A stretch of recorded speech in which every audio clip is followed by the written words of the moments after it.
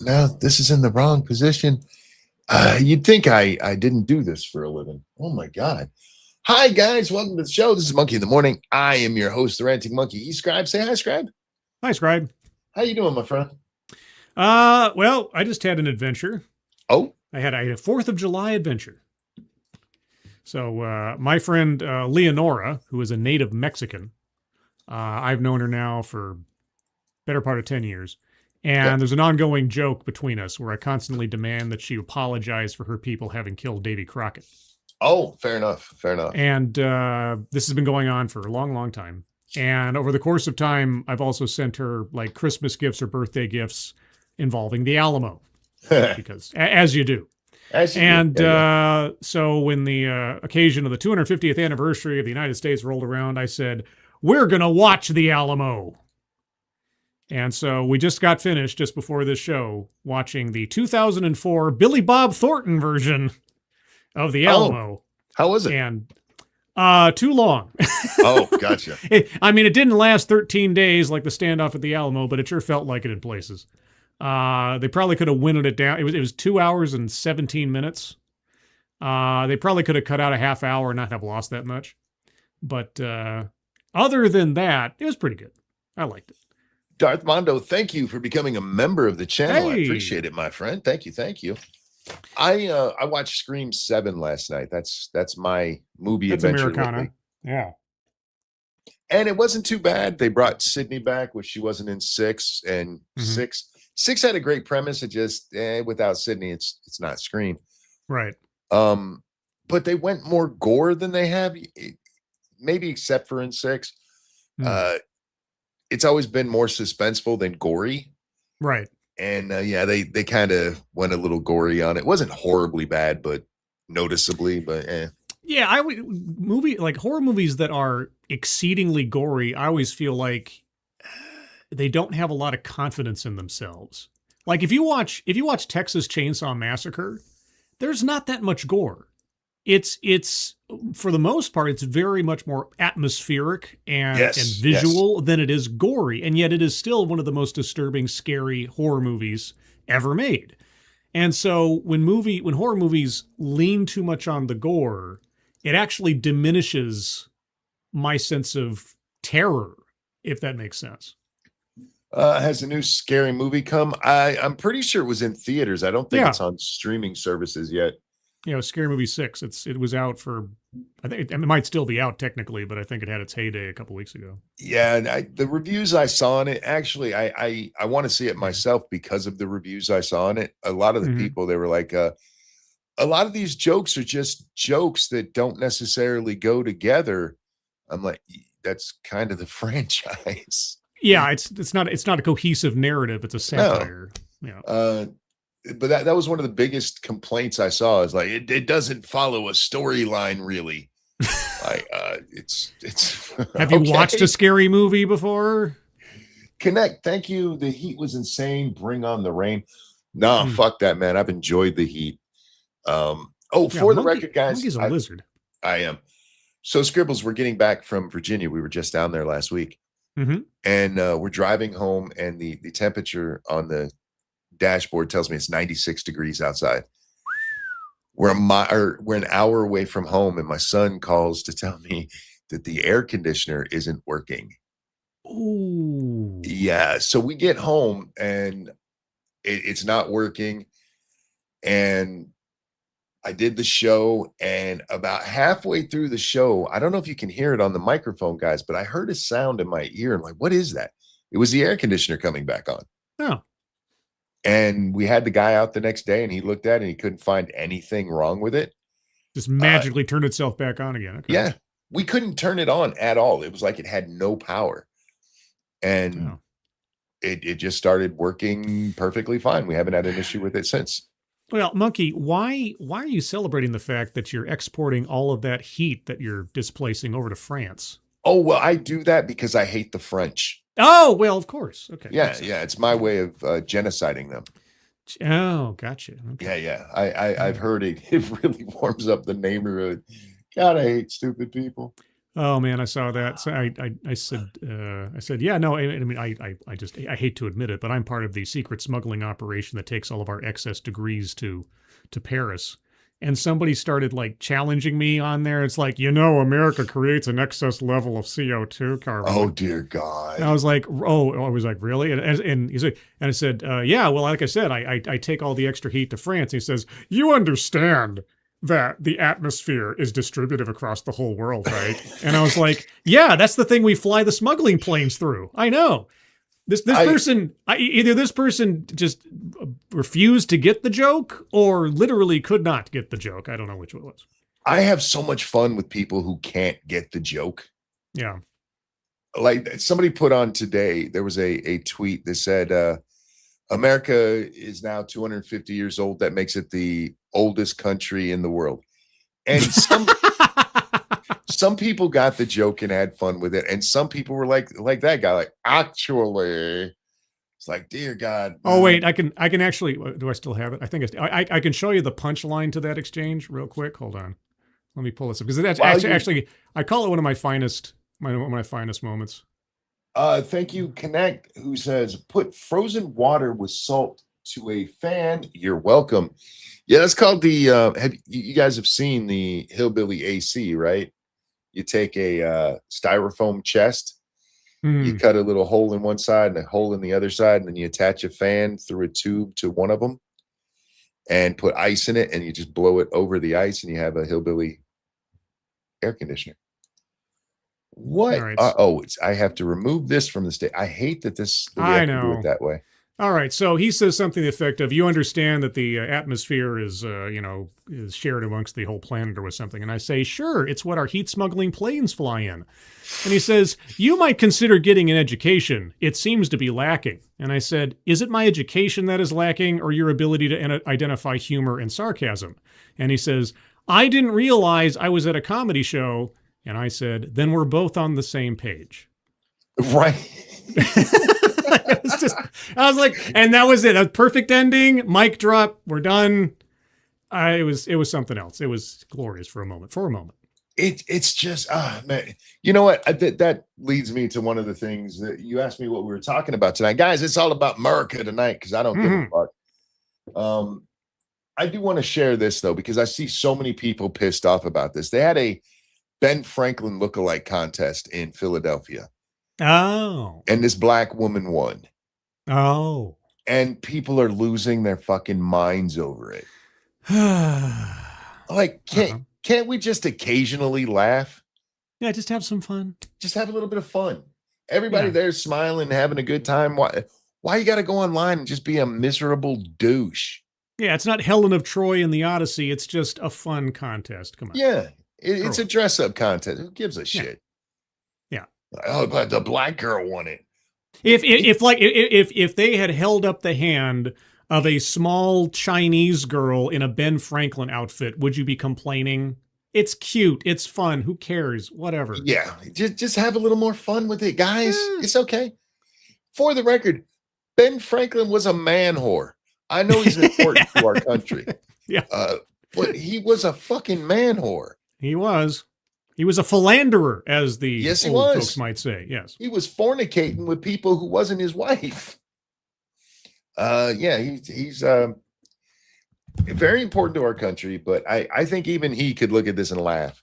Yeah, and he was a philanderer while being a fat, homely-looking motherfucker. Yeah, he was. But he had the charisma of a fucking god. I don't know what to tell you. He was just one of those guys, so. The French women just loved his American accent, man. Oh, yeah. Oh, yeah.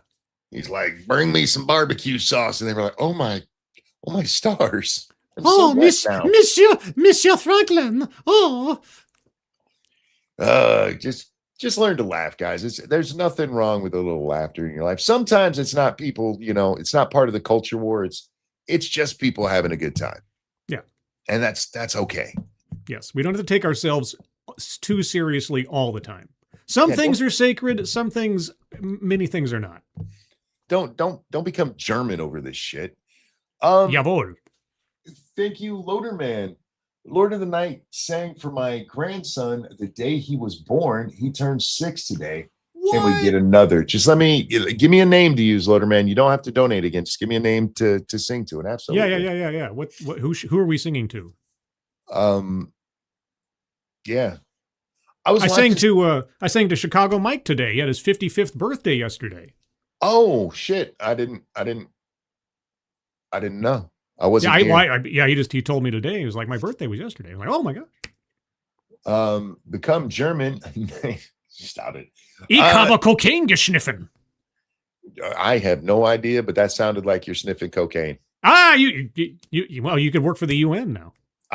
Liam. Okay, Liam. My young friend, this one is for you. And a 1 and a 2. Happy birthday to you. Happy birthday to you. Happy birthday, dear Liam. Happy birthday to you. Happy birthday, little one. I hope you had a good one. I really do. Yeah, happy birthday, Liam. Good job in turning 6. It's a good age. Yeah. I had my granddaughter over yesterday.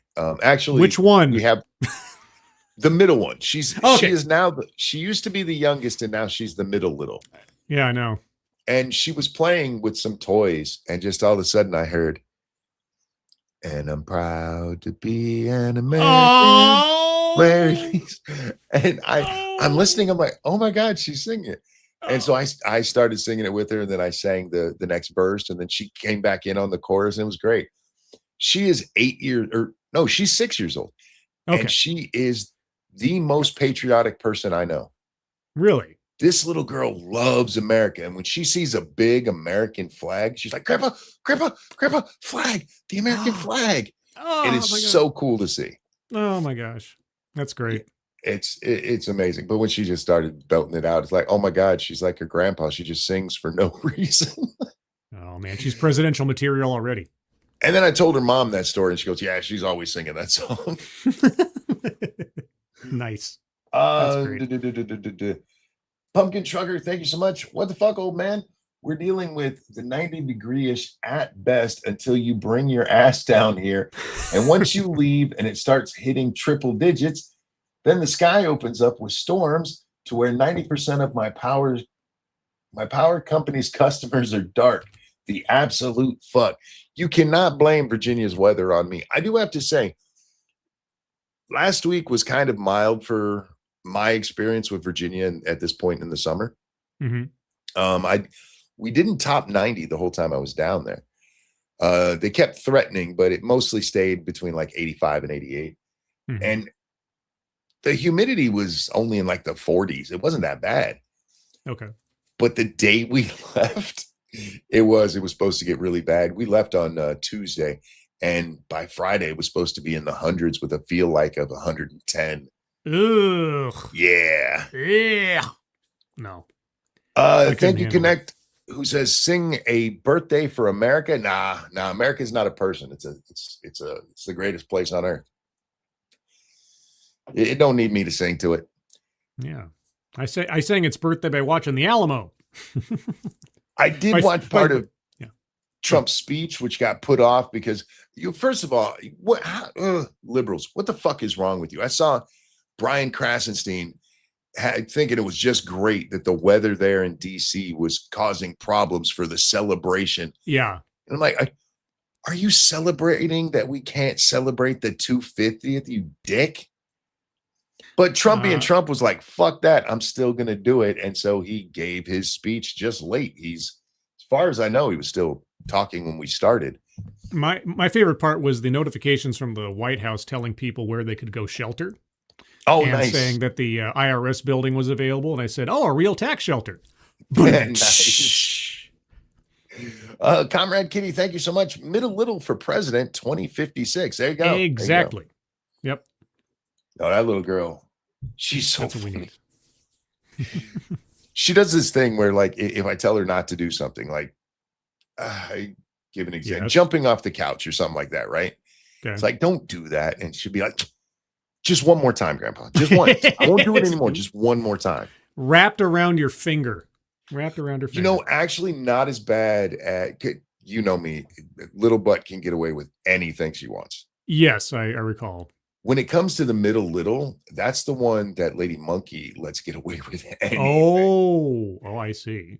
Connect, thank you. I had hail with a storm. It was Dang, hitting windows. Ooh, dang. that's not cool. No.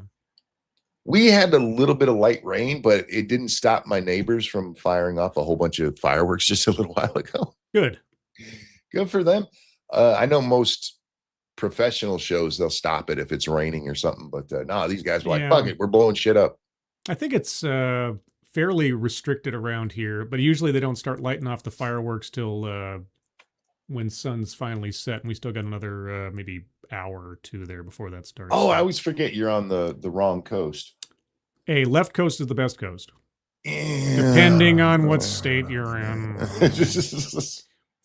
We're going to agree to disagree on that one. Look, I was born on the West Coast. I was. So it has its advantages, I got to say. Mm-hmm.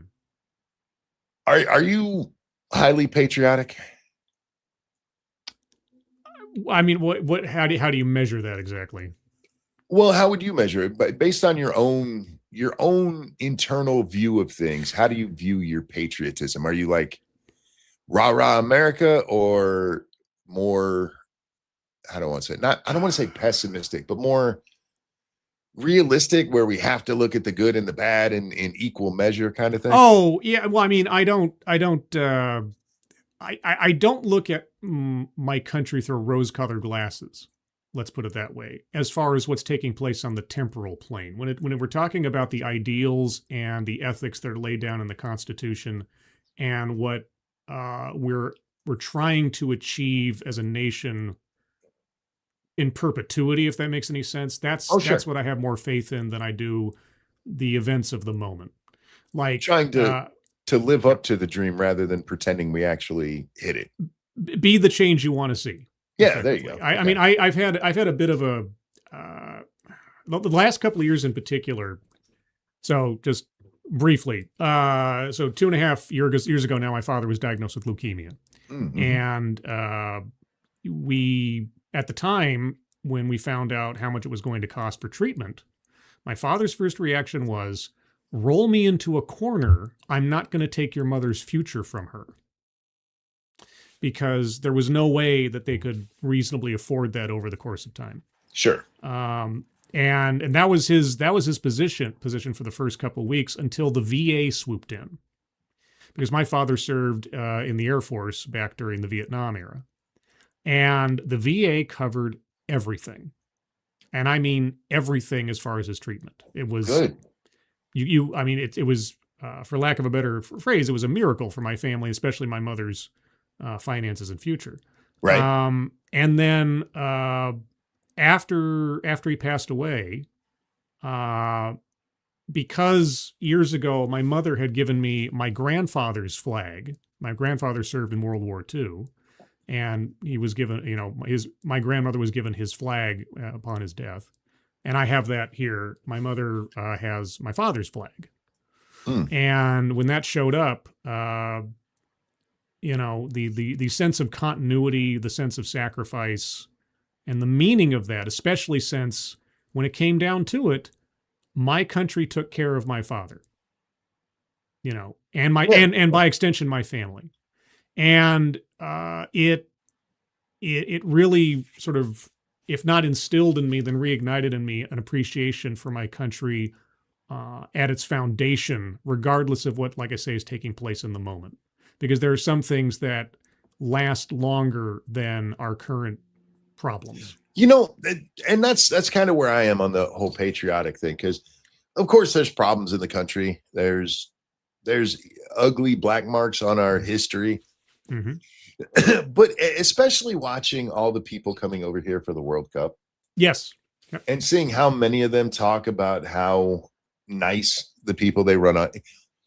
We always remember the asshole we ran into. We don't remember the 100 people in that same trip to Walmart asked us how we were today or said hi to us. And it's not something other countries do. I mean, I watched this Australian talking about it. He moved to the United States like 5 years ago. And he was talking about how in Australia, when you're standing in line, you don't say a word. Nobody talks to each other. Shh. It's like a fucking library up in there. And then he comes over to America and he's standing in line and the person in front of him just strikes up a conversation. And he said at first he thought, well, maybe this guy's just kind of lonely. And he goes, by the 100th person who did it, he's like, oh, this is just how they do things. Yeah. And for all the negative stuff, including the political shit I talk about all the time, the average American person, the average American experience is quite nice, actually. Yeah. It's pleasant. And if you don't believe that, then you really should travel. I'm not one of those people who's like, you should travel to other countries. Fuck that. America's great. You don't need to leave the place. But if you think America sucks, then you really do need to travel. You need to go check the rest of the world out. Well, check I was just talking about this on my stream earlier today in a couple of ways. Like, people that think America's terrible or talk about this thing, you should really visit any other country on the planet and compare notes. Yes. And just see how good you have it here. Go to, and this isn't to disparage the people of other nations, but there are just some fundamental differences and disparities between nations that you can't deny. Go to Poland. Spend a couple of weeks in Poland and then come back here and tell me you don't have it better here than Poland. Yeah. The other thing, go ahead. We're not even talking about going to third world countries. Go to other first world countries. Yeah. Go to Germany, go to the UK. Well, I don't know if I'd go to the UK right now, but and that's just another sign too of the things that are different here, although they could go worse depending on how things go. But here's the other thing I brought up, and I'm curious what you think about this. It is both a benefit and a curse of perspective.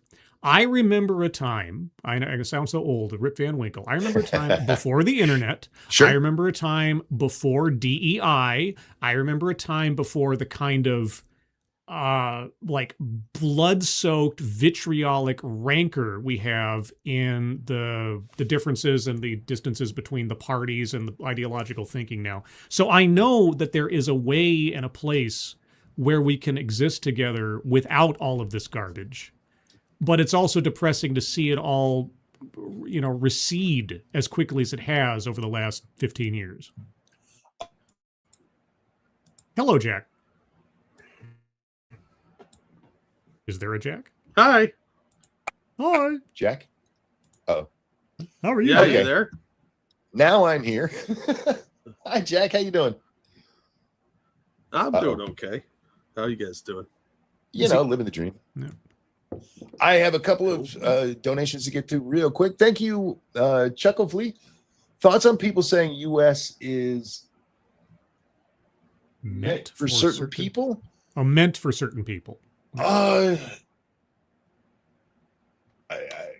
think it's meant for people that are willing to assimilate to our values and ethics. Yeah. I mean, this is the thing of like the whole you're an anti-immigrant. No, I'm anti-illegal immigration. But if you come here, you have to have a knowledge or respect for and an assimilation intent to be part of our country and our community. That's all. I don't think we necessarily need to import a bunch of people, but if we are, I want people who want to be here and who come legally and who want to be Americans. I don't want people who are coming from Ecuador and still want to live the Ecuadorian life in downtown Los Angeles. Yeah. Mine's a little more simple than that. It's America, no fat chicks or commies. Fair enough. I don't have a problem with the fat chicks, but commies, I'm with you. Cryptic, let me get these other two. Thank you, Cryptic. I grew up here and served the country as her adopted child. I would die and serve her again in a heartbeat. This country has given me an opportunity to go from a third world child to having a career where I donate to a certain monkey. Thank you so much. And Alan, thank you, who says, happy 4th, monkey inscribed. Thank you, sir. I appreciate it. Happy 4th. He would have said hi to you too, Jack, but you weren't here just yet. Yeah. No, I was watching the president's speech and I didn't see the link until like 10 seconds before I got in here. Oh, that's fair enough. So you were asking about how far we've, I guess, fallen would be the right word. Well, I mean, see, in political discourse. Yeah, it's the knowledge that we can function in the absence of all this current nonsense, and so I have hope that we can get back to that place, but it's also very depressing at the same time to see how quickly everything turned into this the way that it is. I think a lot of that just has to do with how the internet is. I mean, any new technology suddenly gets blown up and its impact is magnified early on, and then it just kind of dies off. And it's not just technology, it's any movement does the same thing. Sure. I don't think we're as bad as the media portrays. I think our biggest problem is that the media portrays the worst of the worst and wants us all to believe that's how it is. Well, because they're the worst of the worst. Well, they are the worst of the worst. When in reality, I mean, I say this to people all the time when we're talking about race issues. Like most white and black people don't give a shit about people being white and black. We just hang out together, talk, work together, go about our lives. But what you see on TV is the Sharptons. What you see in the media is the Carmelo Anthony family being like, "How dare Benjamin Crump lock up our child who stabbed someone?" Right. You know, like that one woman, what do I tell my 5 black children? First, can you name all their dads? And second, don't stab people. Yeah, it's a pretty simple lesson. Don't stab people. Yeah. But they were all treating it like it was George Floyd, like that Carmelo Anthony was the one who was killed. Like, no, he's a fucking murderer. They want their next George Floyd. They're so always looking for their next George Floyd because there's a giant payday behind that. I got to write that down. Don't stab people. Don't stab people. No. It's a hard lesson to learn. Don't bring a knife to a track meet. That's what about enthusiastically poking them? No, that's also frowned upon. Oh. No. Okay. Good to know. I know. I ruin everybody's fun. Well, you know, somebody's got to do it. Thank you, Alan, for the generous tip. He says, "Happy 4th, brother. Happy 4th to you too, man. Hope you had a great day. A great Freedom Day." Freedom Day.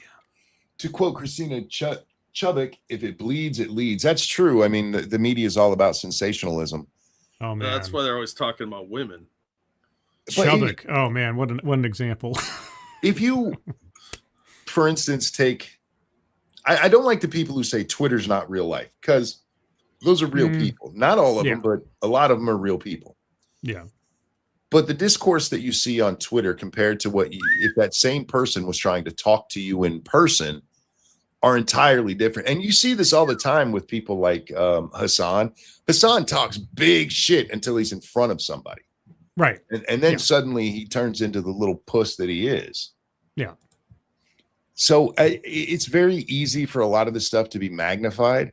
Holy shit, guys. Thank you so very much. Let me grab both of these.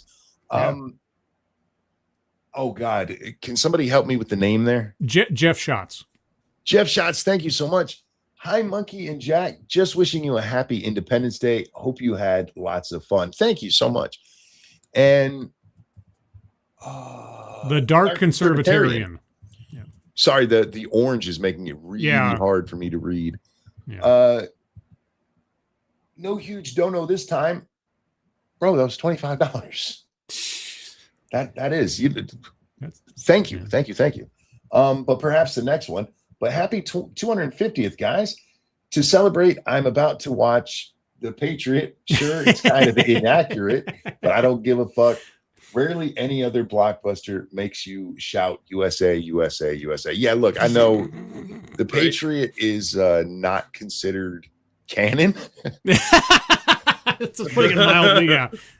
But it is a good rah-rah movie. Yes. I watched Red Dawn earlier, and after this, I'm going to watch Invasion USA. Wait, the original Red Dawn or the remake? The original, the only one. Okay, good. Good. The remake was dog shit. Oh yeah, no, I know. Sorry, thank you, Chuck Flea. There's edgelord bots on Twitter. Don't be fooled. I think they're pretty easy to spot. Go ahead, Jack. I'm sorry. Sorry. Thank you, Okie Native. Hi, Jack. Happy 4th. Explosions and grilled meats, etc. True that. Here's one money for Absolute Martian Manhunter #2. Fuck my life if I know why it needed to be an absolute title. or Transformers 34. I'll probably pick up Transformers. I'm not a big fan of the Absolute stuff. Or for, Asian women, whatever dealer's choice. Oh, thanks. Well, Asian women are always a good investment. Wait. The Navy is singing Prince. What song are they singing? You missed them singing Bon Jovi before I joined. What were they doing? Living on a Prayer? I think so, yeah. That's the Bon Jovi song they always pull out when it should be Wanted Dead or Alive. It's a much better song. I like Living on a Prayer, but man, I saw a whole bunch of people pissed off because Lee Greenwood sang God Bless the USA. And they're like, if this old man sings this song one more time, like, no. Y'all could turn it off if you're that pissed off about a song about, loving America. People need is the Navy singing Cream? That would be, I hope they're singing Head. No, they got to sing Inagata Vita, the entire thing. Morning, noon, and night. Head. Anyway, let's go crazy. Okay. I guess I can see that. Sure, okay. I don't know. What Prince song would you sing for 4th of Navy? July? Party Soft Man. and wet. It's the Navy, so Soft and Wet might work. Oh. I was thinking Purple Rain. But Purple are they going to play Party in the USA? That's the important one. There you go. Thank you, Alan, for becoming a member for month number 31. Thank wow. you. Most kindly appreciate it. I don't have memberships on my channel. I don't know. What do people get for their membership on your channel, just out of curiosity? Whatever you give them. I mean, do you like member streams and things like that? No. No. I don't like the idea of locking things away from people. And I'm not downing people who do that, but it does annoy me. It does annoy me when I see a video that YouTube is recommending me and I go to click it and they go members only. Wow, okay. Yeah, I've never implemented memberships. I wasn't quite sure.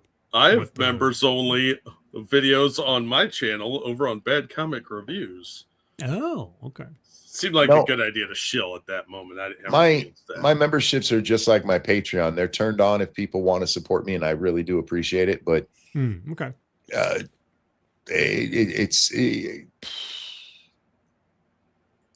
I'm trying to find a way to make it sound like I'm not just too lazy to do shit. There really isn't one. If they're a member of your channel, they've already accepted that. That's true, and especially if they've been around for 31 months. So. Exactly. Hi, Alan Tyler, by the way. Jack, on a scale from 1 to 100, where would you put your patriotism? It depends. Are we talking about the country as a whole, as the idea, or as the government itself? Both of them together. Combine the score. As cynical and nihilistic as I am, I still have to say I'm at a 90 because I've been to other places, and for all the problems we have here, we are still the best place on earth. And any problem we have, we can fix because that's how our system is designed. That's what I was talking about. The one thing that always I like, all I have to know about the hope that I have for this country is to look backwards as to where we've been. Yeah. And all the changes that have been made, all the drastic alterations, and even in a relatively short amount of time, just in my lifetime, there have been drastic changes for the better for a lot of people in a lot of ways. Even if in some ways recently we've gone backwards in some ways, I still know that it can all change again, and people will have, hopefully, the knowledge of the past to inform their next decision. In chat, somebody says, man, my vowel key is sticking. 1, use a sock to prevent that. And 2, how do you only have one vowel key? That's a small keyboard. That is a multi-purpose keyboard right there. Are you using one of those court reporter things? It's shorthand. No, they got one of those little input ones that you use just for WoW. Oh, there you go. Yeah, that's what I mean. Yeah, little gaming ones. Yeah. Jim Healis, thank you so much for becoming a member for 3 years, 36 months. Thank you. Nice. Some of us have been members for longer and are still, what does it say, waiting for an actual video. Shut up. There was a time when was a Monkey and I time. made like real videos. I have considered it now and then when certain topics hit me, but this is one where I'll just admit laziness. That's what it boils down to. Yeah. It's so much easier to just turn on the stream and talk. Yeah, well, my dividing line was when I had to start working from home during the pandemic. Like before that, there was work and there was home, and I could separate what felt like a job from a hobby. Once I started having to work from home and I was on the same computer all day doing work, and then all of a sudden it's like, and now script, edit, put together a video. I don't wanna. I want to relax. I want a catharsis, and that's when streaming became effectively my main outlet. Thank you, Darth Mondo, for becoming a member for month number 31. Didn't it say you became a member earlier? But anyway, thank you. It says, I am still waiting for bridge kit in the mail. They're not kits. It's full-size bridges. You got to pay me first, though. They're expensive, bro. You were thinking of Al. Huh? You were thinking of Alan. He was 31 months, too. No. Darth Mando up earlier had a notice that said at the very top of the show. Yeah, it said, "Welcome to Monkey Supporter." Oh, I wasn't here. So was that some kind of like glitch? Oh, I missed that. Sorry. Yeah, I don't know what happened there. Anyway, that's weird. Anyway, not gonna lie, editing is a bitch. I never had a problem with the editing. The part that was really hard making videos was recording my part of it. Yeah, recording it, editing, scripting, and reading it, and stumbling over my words, and having to go back and edit it, and everything else. Yeah, no, that was the part, but the whole process felt more like work when I'm right next to the work I just did in the same computer in the same room. There's that having the geographic distance between my office and my home, and that time in between, that going away made it less fun for some reason. So.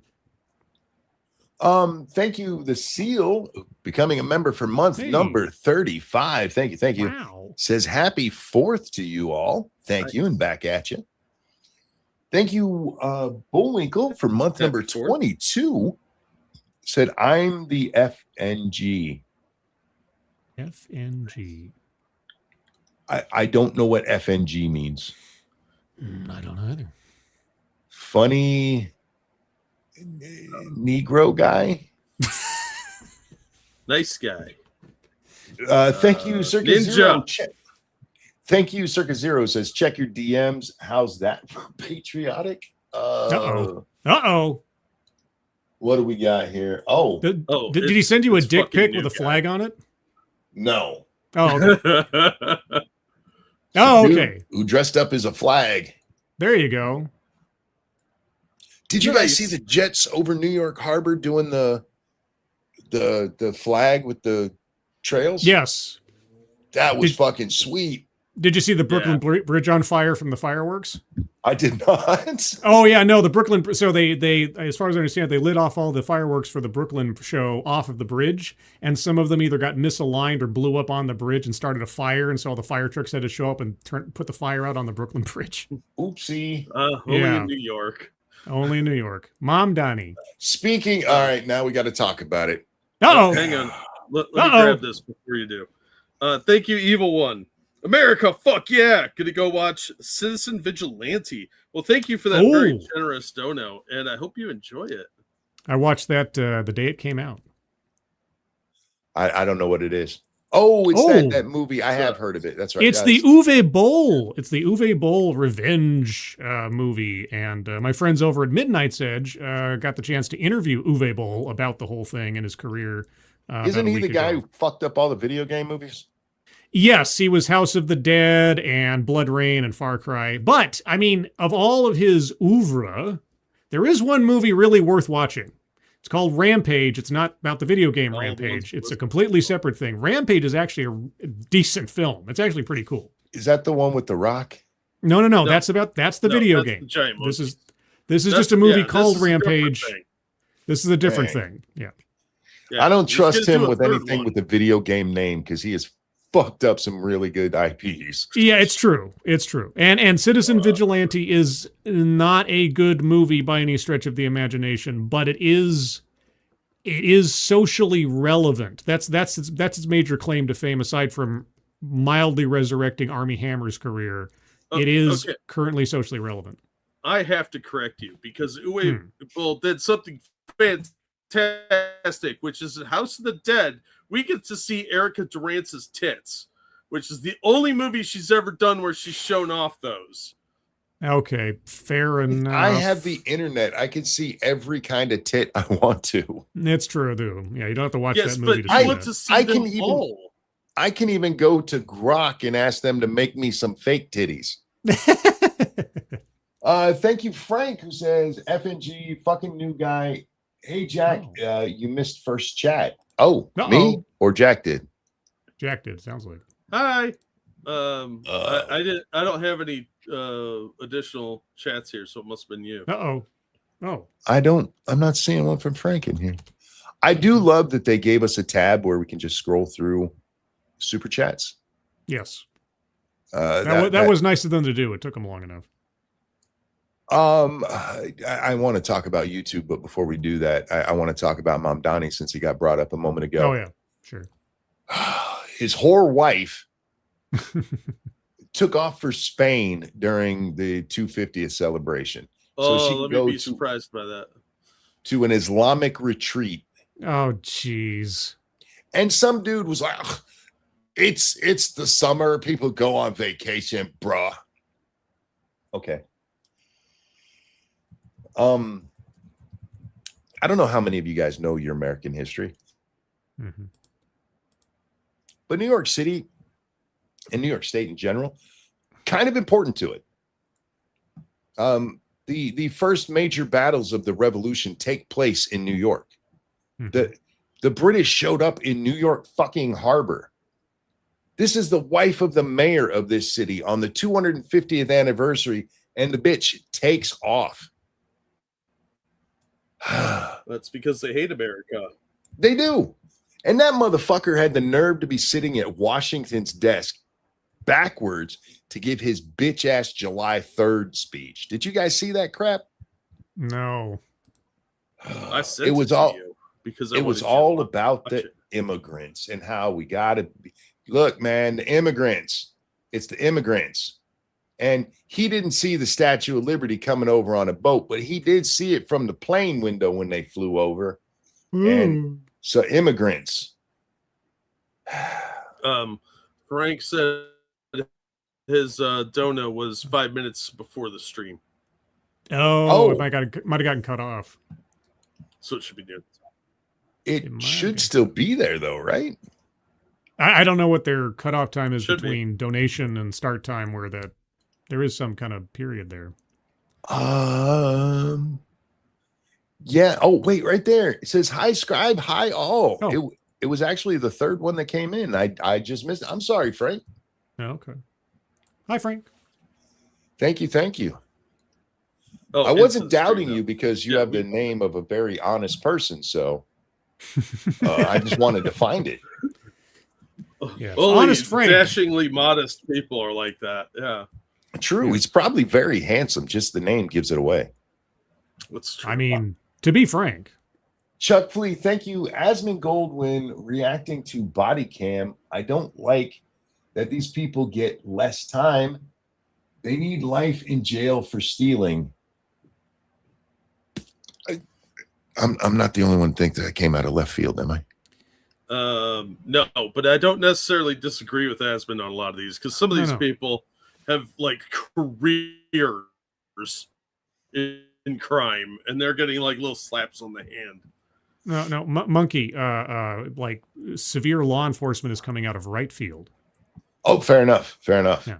Okay. Let's clear that up. I'm just not sure what Asmund was talking about or what exactly is being talked about there. Bullwinkle, thank you. Well, it's mostly about like the consequences for crimes. If you commit a crime, you should go to jail, and we shouldn't be giving the slaps on the wrist or just letting people run away with stuff without punishment. It just how do you stop this crime from going on? Actually, put people in jail for it. Heaven forfend. Yeah, we saw this with the defund police. Let me get this real quick. Bullwinkle, thank you. Jeez. The immigrants that built the USA were Irish and Eastern Europe or European. Mm-hmm. Yeah. I don't have anything Pretty against immigrants. I just don't think we need to be bringing them in for no reason, and the illegal Right. ones shouldn't be here. Yep. As for the crime thing, we saw this with defund the police, because there were places that defunded police, and then almost immediately they're like, "Oh shit, we need more police." Oh my God, the crime rates have gone through the roof. What the hell happened? I thought we were supposed to be like social working our way through this. Yeah, and we saw it when California raises the amount on what's considered grand theft from like Right. 200 up to 950. Right. And there's just videos of people stealing everything. And that just says, here's your budget Well, of and theft. one of the problems. Yeah, basically.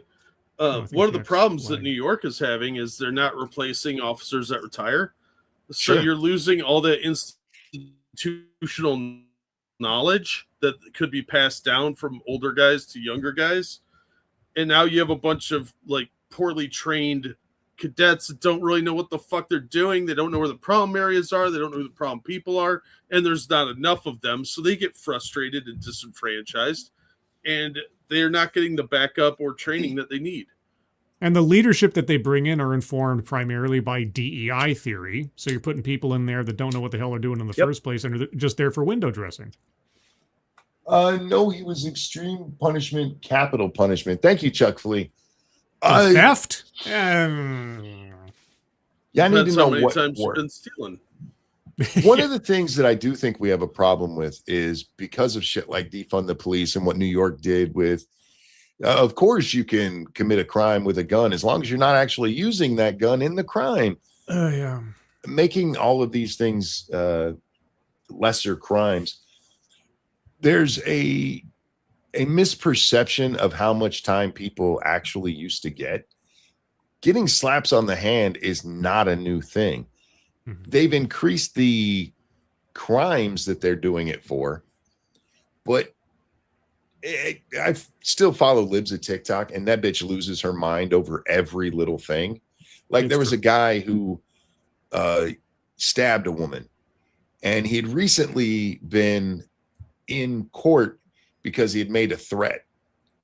Well, they let him out with a bond because he hadn't done anything, and lots of people make threats to other people, and but since he went on to kill somebody, like, this fucking judge sucks. Like, no, the judge did what most judges do, and in most cases that person doesn't stab anyone.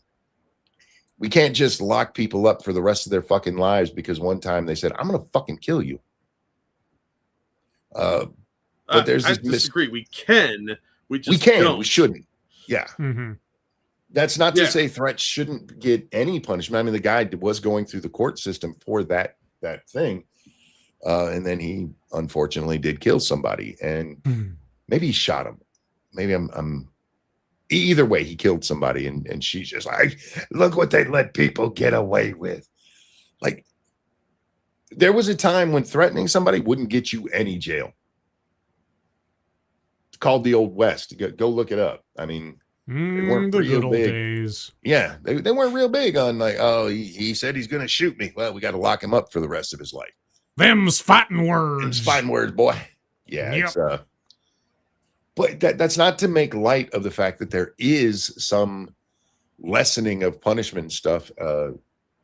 But again, I think it's very overblown because people seem to think that everybody is getting years and years and years in jail for stuff. Go Mhm. back to like Bonnie and Clyde. How many years was Clyde in jail before he gets famous for running around with Bonnie? One of the things that That's history I don't know, honestly. I don't know how many years did he get. I want to say he spent 6 years in jail for armed robbery. Okay. There's he got anally raped repeatedly in there, and that's why he refused to ever go back to jail. Which Fair enough. fair enough. I mean, yeah, okay, Yeah, you know, but- That understandable. is a good motivator. Yeah. Hey, I would have used it to, clean up my life so I never go back to prison. He was Right, like, I'm but going out in the nah. blaze of glory. Yeah, blaze of glory with my underage girlfriend. Jesus. No, I just think that a lot of people find out new things that aren't really new and make a big deal out of it. Like today, I saw, and this is such a weird segue, but somebody found PlayStation's policy. That's what it's called. Where they say if you have a PlayStation account that it hasn't been used for 3 years, 36 months, Yep. they can disable your account. They will email you with the email that they have, give you 6 months. And if you don't reply, they can delete your account. And that includes all of your games and you can never get them back. Right. Even the ones you paid for, all the ones you paid for. Gone. And people are like, oh my God, I can't believe they're doing this. It's been their policy since at least 2024. It blew up back in April because they just redid their policies and people were reading through them and saw that. But it had already been there for 2 years at least. Well, there's an old phrase, there's nothing new under the sun except the history you don't know. Yeah, true. And, sometimes things don't become relevant until suddenly they become relevant. And Monkey, talk about New York losing all power except government buildings. I don't know anything about that. I do know. I saw a post where somebody was talking about it was Mom Donnie's post about keep your AC at 78. Right. Yeah. And somebody posted, I forget, I think it was Mark Ruffalo, who back in 2020 was really proud of New York because they were shutting down one of their nuclear reactors. And he's like, we're going all green. Woo! Like, how's that working out for you this week? Keep your AC at 70. That's not air conditioning. That's a heat lamp. Like, yeah, at that point, you might as well just go outside and sit under a tree and hope it rains. Exactly. And it's over. What does it say? It's over hate to see the fireworks bill. Oh, and it's over hate to see. Oh, okay. Yeah. Sorry. I'm guessing the 250th celebration of Trump's. What do you guys think about the assholes who pulled out of the 250 celebration because it might look like we support Trump? You described it perfectly. They're assholes. They can't see the forest for the trees. Look, if I was invited to the 250th celebration to celebrate in some way and Biden was president, I would go. Yeah. It's not about Biden. It's not about Trump. It's about the nation. It's about our history. It's about our longevity. Stop it, you jerks. Cowardly assholes. Let's be honest, a lot of these people hate America. Some of them do, sure. Some of them don't, though. I agree with Dangerous. He says cowardly assholes. Yeah, because they got some pushback and like, oh, people might think I like Trump. No, it's about the country, you fucknut. Well, this is about the uncrossable line of the ideological nutbags. It's like anything that I say or do that could be interpreted as being on the other side or with the other tribe will doom me forever. And everybody will make sure I know it forever. I can't risk being exiled, so I'll do something patently stupid and short-sighted just to make sure nobody calls me bad names. Frank, thank you. As much as I love The Simpsons, I think they ruined nuclear for me. Fair enough. I think Toxic Avenger probably ruined nuclear for most people. Fair. Well, of my generation at least. Yeah. Oh man. Our governor in North Carolina pulled out threat motherfucker. Fuck Jill Stein or Josh Stein. Yeah. Okay, we got to talk about this. Did you guys see all of the shit Scott Wiener was getting for Gaza? That was so funny. Oh, God. Talk about the snake eating its own tail. Ugh, Jesus. Scott Wiener, for those of you who don't know, is a state assemblyman out there in California. He's notorious around these parts because he is a really shitty human being who literally made it a okay thing for 24-year-old males to butt fuck 14-year-old males. And he tried doing it because, with heterosexuals, it's okay for a 24-year-old and a 14-year-old. And instead of going, hey, we shouldn't make that shouldn't be okay, we should raise that age, she's like, no, gay people should be able to rape kids too. And that became California law. And the liberals are now mad at him because he's Jewish and supported Israel in the Gaza thing. They're like, my gosh. You're great on trans and gay stuff, but fuck you for the way you treat Gaza. I hate these people. It's great. If you haven't seen the video, you can find it several places online. But they are just ripping into him. This is what it takes for them to get mad. How dare you support the state that was attacked by other people and fired back? Now that butt fucking kids thing, that's okay. We're on board with that. That they actually called him disgusting over the Gaza thing, not over the raping children thing. No. Damn it, didn't know Monkey was going to be on tonight. It's July 4th. You should have known. There's a few days I will always be here. And the 250th anniversary of this nation is one of them. Just saying. Matt covered it for people who want to see it. Oh, fair enough. There you go. Check it out over on I want to say Orchard, and that's not the right Matt. Christensen, Matt Christensen's show. Matt Orchard. Yeah, but also check out Matt Orchard if you like true crime. Check out Matt. I like his videos. What else do I want to talk about today? I don't know. I just wanted to talk. It's our 250, guys, and I am a proud American. If I had to put my patriotism at a number, it'd probably be about 90. There's, like I said, there's some black guys in our history, but we fixed them. And I do want to say that I watched part of Trump's speech. I watched the first half hour, maybe a little bit more. Mm-hmm. And it was amazing, the contrast from his speech, where he does occasionally sneak in something like, the election was stolen, but I'm not going to talk about that right now, because he's Trump and he has to.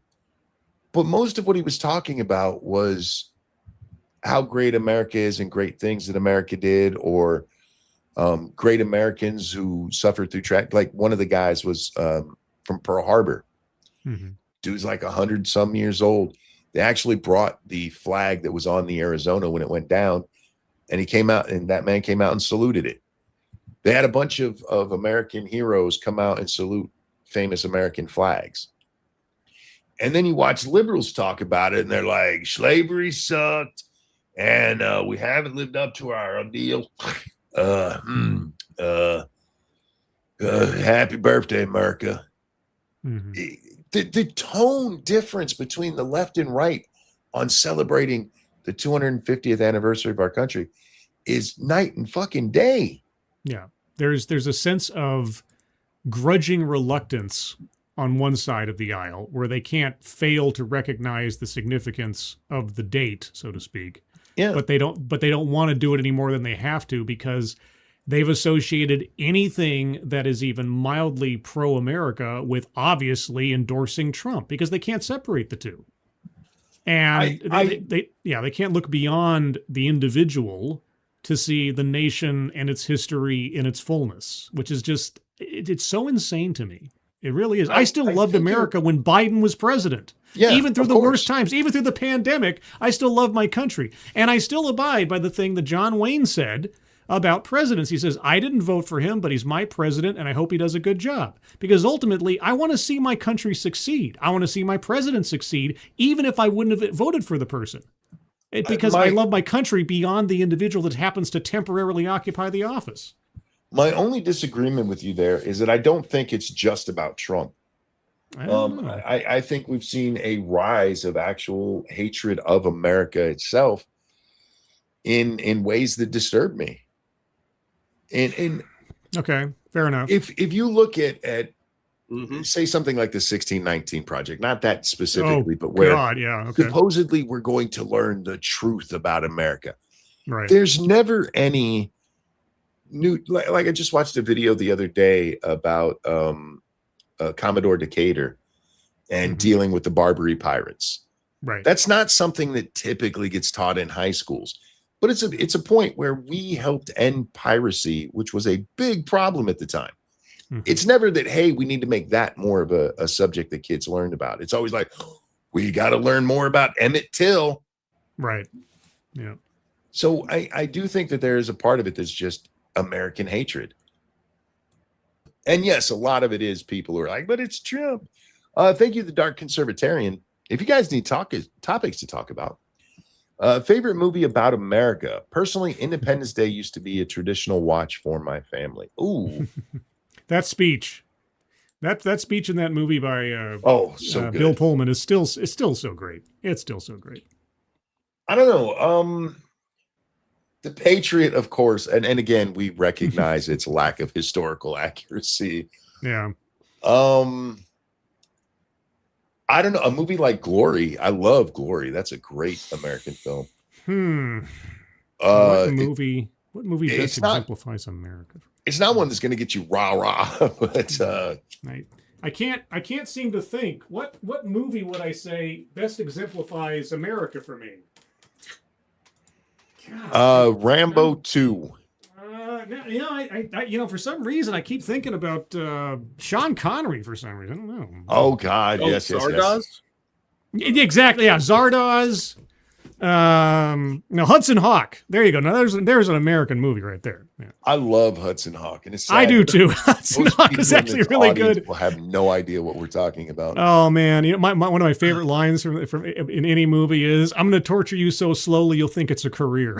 Yes, that's such a great line. Very underrated movie. Bruce Willis, check it out, guys. The villain is a little over the top, and I didn't like him, but it's a good movie. He's a cartoon. He's supposed to be a cartoon. Yeah, he's supposed to be. No. Hunt for Red October. If you didn't get it, Hunt for Red October. You want to talk about America? Russians coming to America, sticking it to the Russians and the commies, and America coming through, and go Dallas. That's what I got to say about that. Yeah, I'd pick either Red Dawn, Invasion USA, the Chuck Norris one, not the original, or maybe Born American. That's an obscure 80s film, but if you haven't seen it, track it down. It's about 3 American college students who crossed the border to Russia just to say they did it. They end up getting caught and put in a gulag. Uh-oh. Yeah. Thank you, Jay Blizza. Last Samurai, I believe, the most watched or highest grossing samurai film ever, despite what they say, people like America as the hero. Well, I think they like Tom Cruise as the hero. I don't know about America, but yeah. Yeah. I don't know. Movie wise, I can't do it. If you wanted like what media for you is like America, it's Band of Brothers, the HBO series. There you go. I fucking love it. I watch it any chance I get. Glory. What about Glory? Glory is amazing. Yeah. Team America. Yes. Fuck yeah. Yes. Yeah. Yes. For just pure, unadulterated, fun propaganda, Team America. But even something like Top Gun. I mean, if at the end of Top Gun, your pride in America isn't like at its peak, and you're like, "Fuck yeah," and you watched it wrong. Yeah. Iron Eagle. Oh yeah, that's a great one. Ooh, Chappie. National Treasure. National Treasure's great. I love National Treasure. Yeah, National Treasure's good. Yeah, so there's our one so far. Sure. Durka. Ooh, here we go. I got one for you. An American Tail. I have never seen all of An American Tail. You never what? Oh, the first one. Forget Fievel Goes West. The first one's great. I mean, it's kiddie and sappy and kind of secretive Nim-ish, obviously because it's the same animator. But yeah, no, the American Tail, the first one's great. I had problems with Fievel's high pitched voice. I just remembered, and I mean this sincerely. I just forgot Avalon. If you've never seen Avalon, it's an amazing movie. It's got Aidan Quinn in it and a whole bunch of other actors.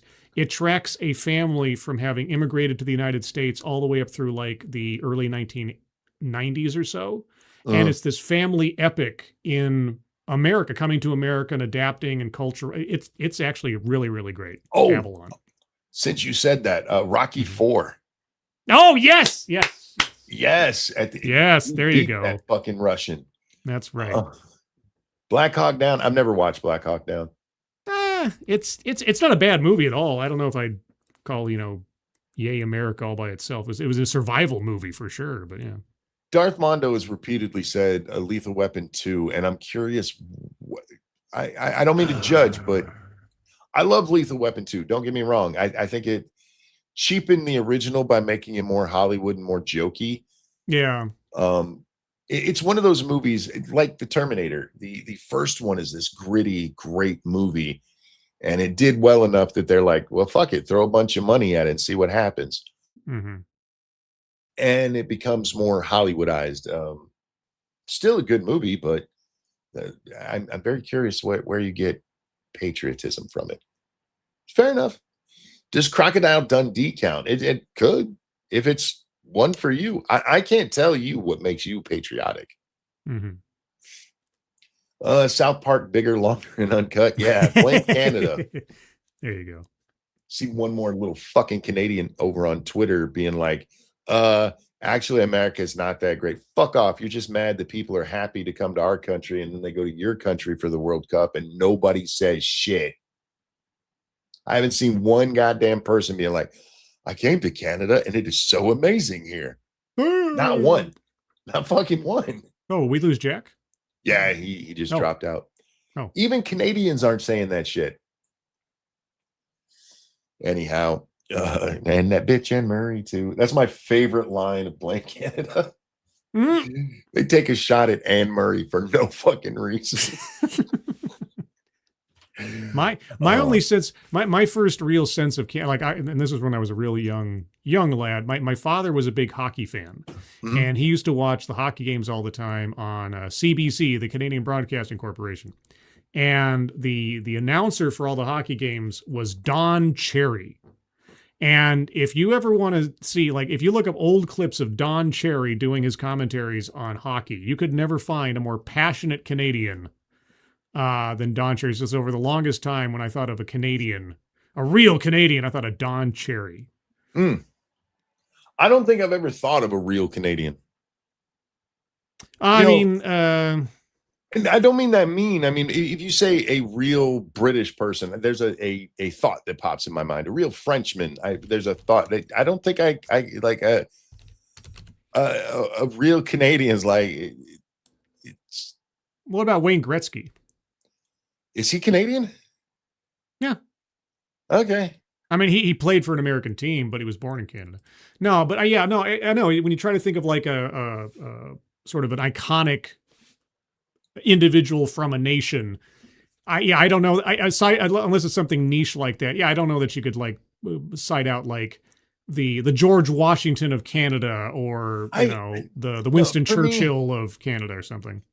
For me, even with British, it's not like Churchill comes to mind, but kind of the Churchill look. But for me, it's a more slender man, got the 3-piece suit and the top hat and a monocle kind of thing. I guess for Canadian, if picture a Canadian, it'd be like a lesbian lumberjack with a beard. I'm just fucking with y'all. Just a regular lumberjack. William Shatner. William Shatner. Is he Canadian? Oh yeah, he is Canadian. Yeah, he's Canadian. My favorite Canadians these days are funny people. And they're the Ryans. It's Ryan Reynolds, Ryan George, and oh shit, what's his name? Ryan Gosling? Ryan Long. Oh, Ryan Long. Well, the kid. I mean, if I had to think of Canadians I love when I was also was the Kids in the Hall because they were funny. Oh yeah. So Kids in the Hall. Yeah. Welcome back, Jack. Everything okay? No, my computer's dying. Oh, gotcha. Okay. Ryan Reynolds is Canadian. Yes, he is. Oh, Norm Macdonald. Now there's a Canadian. Yeah, fair. There you go. Fair enough. But see, none of them. If somebody said, "Hey, picture a Canadian," I wouldn't picture them. The closest I could come to would be like a lumberjack. Because I mean, most of those people they became famous being adopted into Americana more than they were Canadian in the first place. So yeah, or at least that's what it feels like, I suppose. Bob and McKenzie. When I just picture a German and this, sorry, Germans, it's Hitler. That's German to me. That's on y'all. It's not my fault. Yeah, it's like, what do you think of when you think of German? Oh, obviously I think of Helmut Kohl and Angela Merkel. Like, no. Oh, I pictured the little funny mustache man. You know what I saw the other day? I did not realize black men rocked the Hitler mustache back before it became unfashionable. And I saw a black man from back in the day with a Hitler mustache. Well, it was a fashion at the time. So. Yeah, the mustache Chaplin. Style. Yeah, the mustache style preceded good old Adolf. So I'd never seen it on anybody but white people. Were there Asians that had it? Probably. Couldn't say for sure, but I wouldn't be surprised if it did happen. Sure. I need to see pictures of Asians with little Hitler mustaches. Can they grow that much of a mustache? Of course, they weren't called that at the time, Monkey. They were like toothbrush mustaches or something else, you know. True, but they're Hitler mustaches now. I know, yeah, you can't get away from it now, but back then it wasn't associated with that one individual. Real quick, thank you, Okie Native. Keanu Reeves, William Shatner, and Wayne Gretzky are all sadly Canadian. Here's the price of one egg roll. Thank you. I do love egg rolls. Oh, did you see the story that Matt Smith was talking the other day about Keanu Reeves? No. So Matt Smith, who played Doctor Who, and he was in a bunch of stuff. He said he was on a plane, and he happened to be on a plane with Keanu Reeves a couple of rows ahead of him, and he watched Keanu Reeves watching Morbius. Oh. So Keanu Reeves is watching Morbius on the plane, and he felt so. He was like, good God, man, why? He's probably like, I'm glad I wasn't in that. Yeah, well, Matt Smith wasn't in that Morbius. Frank, thank you. I was told that mustache was to fit in gas masks during World War One. Not sure if true. That would be interesting lore if true. If it is true, World War One was over a long time before Hitler rose to power, and he didn't even have that mustache in World War One. He was clean shaven in World War One. No, he had a full mustache because he looks really weird with the full mustache. That's right. He had more of a Ottoman-esque looking Kaiser type mustache, but yeah. It's too bad Hitler didn't have mutton chops instead of the funny mustache. Then we could finally get rid of those damn things. I was just told we were watching The Alamo. The guy playing Sam Houston, Dennis Quaid. He's got the giant mutton chops, and Leonora was like, "You should get that beard." And I'm like, "Are you nuts? You know how itchy that would be." Right. I got to admit, I do like mutton chops if they're done right. If they're on the right shape face and they're done well, they don't look bad. But I try to imagine myself with them. I'm like, that would not. No. For me, it's got to be either a movie from the 70s or set in the 70s.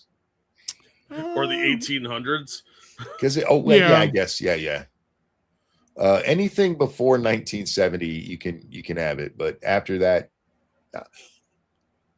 I don't know why I thought of this the other day, but do y'all remember feathered hair? Yeah. Yes. Sure. Yes. I've seen an 80s movie or two. Yeah. I remember feathered hair. I don't know why that popped in my head the other day, but it's like, whatever happened to the feathered hair thing? Well, they started blaming aerosol cans for everything, so a lot of those hairstyles went away, like the radar dish. But you can still buy Aquanet. Yeah, but it's not as good because it's a little squirt bottle instead of the aerosol. No, there was an aerosol one. There was a music video I saw the other day. It was a montage of all these clips of 80s movies set to some synthwave song. And it was and the song itself was, I mean, not from the 80s, but it was one of those, retro wave things that sounded right from the 80s. Mm-hmm. And this series of clips from all of these classic and sometimes cheesy 80s movies, and you see all the fashions and the hairstyles and all just the eclectic, like, pop culture looks of that era. And I just stop and think, we don't have that kind of fun anymore in the way people present themselves. Oh no, fun has been disallowed. I know, and it just makes me more like heartsick for, and I'm not saying let's bring back every fashion from the 80s because some things were kind of goofy, but at the same time, just the sense of experimentation and freedom and not taking yourself seriously that seemed to just be so iconic with that era that we've lost over time. It makes me sad. Really No, does. now we have hyper serious people that get a bunch of facial piercings. True. And that's their individuality uniform. Let me grab a couple of things here before they get too far behind. Yep. Thank you, Devil Fruit Zero, for the generous tip. Here's for a new PC. The motherfucking Jack Cochran must not be silenced. Happy 4th, guys. Thank you, man. I really appreciate that. I do very badly need a new PC. Thank you, Okie Native. The only acceptable use of mutton chops is John Lovitz in Mom and Dad Save the World. Yes, great reference. Asgard mutton chops or goatee? Well, I'm partial to the Van Dyke, but I'm too fat for it right now. So that's not going to happen. So I just went with the whole beard. But yeah, Mom and Dad Save the World. I forgot about that movie. Great reference. I think I saw that once and immediately put it out of my mind. What about My Stepmother is an Alien? I've seen that like 3 times. The opening song is the only thing I remember about that movie is the opening with Tom Jones singing "Kiss." Oh yeah, and it was just the greatest opening ever. And then I don't remember anything else about the movie. I saw the movie in the theater, and I saw the TV show that was spun off of it. My Stepmother is an Alien. Right? Yeah. Wow, that's right. Oh yeah. Oh, now I do remember that. Yeah, now. It was basically Bewitched with aliens and stuff. Yeah, exactly. Same thing as like out of This World or Small Wonder or something. Yeah, or Starman. In chat here it says early 2000s was the last fashion era with the Scene Kids hairstyles. What was the Scene Kids hairstyle? Oh man, you don't remember that with the big goofy? It was like 80s hair, but tie-dyed. Like just type in Scene Kids. There was one dude that got in trouble. You probably saw some documentaries about him. He was like taking advantage of fans that were questionable ages, if I remember correctly. They were like pseudo goth, but trying desperately to look like punk rockers. With I would just call these, from the pictures that are coming up, these are just goth wannabes, but they had like anime hair. Oh, man. Yeah. Back in the day, like real goth chicks. Oh, dude, bro, to die for. Yeah, bad poetry and all. Oh, and the clove cigarettes and the incense. Oh, God, college was great. Yeah, it was. College, Jesus, you guys are such late bloomers. I do think that it's sad that the world has changed so much, because one of the great parts of growing up as a boy is when you finally find that girl and she shares her poetry with you, and you have to pretend that it's good so she might let you touch her boobie. Yeah, and she would too, because she was sad. It's such a iconic coming of age moment for many of us. Yeah, and you're like, oh, that's so deep, and the next thing you know, you got a handful of titty. And all you got to do is lie to get it. There's nothing wrong with that. Yeah, because I mean, first of all, most poetry sucks, but if you listen to enough of it and hear her talk about her feelings about like how much she hates her dad or whatever, you're definitely gonna she's gonna feel so deep, and you're gonna get real deep. Oh no! Balls this is a family show. No, it's not. Where have you been? What? Kind of it's a family planning show. Oh! Yes, to all of you girls out there who are like, no, my boyfriend really did like my poetry. He didn't. He lied to you. I guarantee you he's not sitting around thinking about that chick who used to write great poetry. Guarantee. That's true. That is true. Old Justin. I do feel bad for the kids of today, because they are going to lose out on so much. Yeah, I was thinking about what a great, I mean, in comparison, what a great time it was to be a kid. I mean, those of us that lived through the 80s and the 90s, at this point, I honestly think that we lived through the last golden age of being a child. The monoculture, the pop culture, the imagination, I just look at all the different movies with different things that were just like one-offs here and there, but they stick with you your entire life. Yeah. The joy of being a kid. And now I mean, and I just think about all the kids that missed out on so many things because of the lockdown, because of the toxic masculinity stuff, shaming boys because of what they are. Well, The parents not being, and I understand that things have changed, but kids. I remember there was a story, and I'm sure this is not an uncommon story. It's like somebody called the police on some parents because their kids were playing alone out in a park after sundown. It's like, oh my God, that's parental neglect. Like, no, it's not. They have a term for it now, free range kids. Yes. But see, that's one of the things that has stripped away all of the childhood wonder and imagination is you've got parents that are forced to helicopter around their kids because, nobody watched me close enough or whatever. And that strips away the kid's imagination of like, let's go down and look at throw rocks in the river or whatever. Yeah, and learn some autonomy and some independence for crying out loud. But that was the best part about being the middle child is because you are the forgotten child. Mom and dad are paying a lot of attention to the oldest kid. They're doting on the youngest kid. And we were just able to go, they ain't paying attention. Let's go break some shit. Well, and now they're not allowed to be innovative. All their toys are not set to spark imagination or thinking. They only have like iPads and tablets and shit. They're raised off of screens, so their attention span is nothing, but there's no creativity to that. It's just pre-programmed nonsense. So you have your parents hovering over you all the time. Your toys are basically just there to lecture you. Where's the sense of wonderment or imagination there that's going to spark that creative impulse of the next Elon Musk or whoever works for him? I do disagree a little bit on like no creativity with screens and stuff. It depends on how the screens are used and the child. I do think kids spend way too much time, but then I think other parents go way too hard the other way. I watched a ton of TV as a kid. I had a very active imagination. Yes. Yep.